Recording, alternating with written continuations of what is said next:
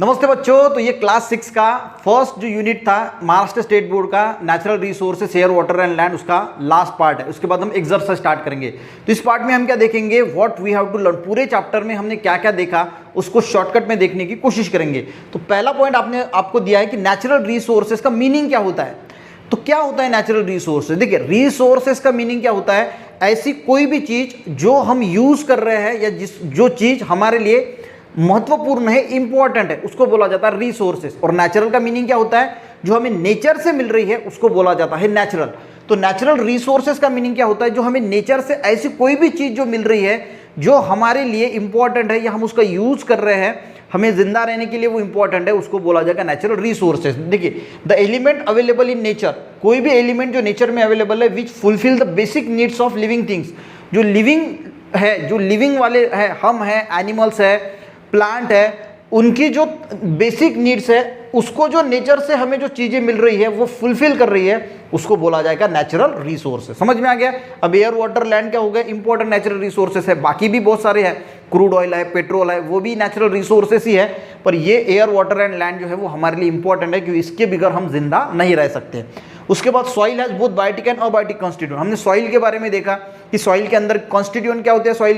Soil के अंदर clay होती है, सैंड होती है, स्टोन होते हैं, बड़े स्टोन, जो छोटे छोटे स्टोन होते हैं, सॉरी, उसके बाद माइक्रो ऑर्गेनिजम्स होते हैं, छोटे प्लांट्स होते हैं। तो ये होता है सॉइल का कॉन्स्टिट्यूएंट। अब बायोटिक एंड अबायोटिक कॉन्स्टिट्यूएंट का मीनिंग क्या होता है? बायोटिक यानी उसमें अंदर, बायोटिक यानी लिविंग, जो जिंदा है, और अबायोटिक का मीनिंग क्या होता है, जो जिंदा नहीं है, उसको अबायोटिक बोला जाता है। तो सॉइल में बायोटिक क्या होगा, जो माइक्रो ऑर्गेनिजम्स है छोटे छोटे, जो प्लांट्स होते हैं छोटे छोटे, वो हो गए बायोटिक। और अबायोटिक क्या हो गया, जो क्ले है, सैंड है, छोटे स्टोन है, उसको बोला जाएगा अबायोटिक कंस्टिट्यूएंट सॉइल का। समझ में आ गया? उसके बाद हमने क्या देखा, एयर के बारे में देखा कि जो एयर होती है इसके अंदर क्या क्या होता है, क्या क्या कॉन्स्टिट्यूएंट होते हैं। तो सारी गैसेज जो है वो एयर के अंदर प्रेजेंट होती है। नाइट्रोजन है, कार्बन डाइऑक्साइड है, इनर्ट गैसेस है, डस्ट पार्टिकल है, वाटर वेपर है, ये सारे के सारे एयर के अंदर प्रेजेंट होते हैं। बाकी के भी गैसेस प्रेजेंट होते हैं, उनका परसेंटेज भी हमने देखा कि कितने परसेंटेज में प्रेजेंट होते हैं। उसके बाद हमने देखा कि ozone layer is protective shell of earth. Ozone layer क्या होती है, उसका फॉर्मूला क्या है, O3 है। ये ओजोन लेयर क्या करती है, जो सूरज से अल्ट्रावायलेट रेडिएशन आती है उसको एब्जॉर्ब कर लेती है और वो पृथ्वी तक पहुंच नहीं पाती, और उसकी वजह से हम अल्ट्रावायलेट रेडिएशन से बच सकते हैं। अल्ट्रावायलेट रेडिएशन क्या करती है, हमारे स्किन का डिसऑर्डर कर सकती है, स्किन कैंसर कर सकती है। तो इसको रोकने का काम कौन करता है, तो ये ओजोन लेयर करता है। और ओजोन लेयर का क्या हो रहा है, डिप्लीशन हो रहा है। तो कौन कौन सी गैसेस है, जो AC है, फ्रीज है, उसमें से जो CFC वाले निकलते हैं, क्लोरोफ्लोरोकार्बन वाले जो प्रोडक्ट निकलते हैं, वो ओजोन का डिप्लीशन करते हैं, ये भी हमने देखा।